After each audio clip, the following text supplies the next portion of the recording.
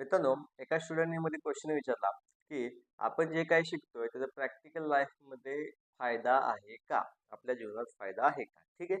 आता तुम्हाला म्हणजे आपण सायन्स असेल, मॅथ्स असेल या सगळ्या गोष्टीवर त्याचा एक कॉमन क्वेश्चन होता. तुम्हाला एक मी मुन्नाभाई एमबीबीएस या चित्रपटाची एक छोटीशी क्लिप दाखवतो. ठीक आहे. पल क्लिप बोल रही तुम्ही व्यवस्थित ट्यूबरक्लोसिस के पहा. पेशेंट को तुम कैसे त्यामध्ये ट्रीट त्यांनी काय करोगे साधा मुरली? क्वेश्चन विचारला, की पर्मिनोनं ट्युबरक्लोसिसला कशा पद्धतीने डिस्क्राईब केलं जातं. ओके.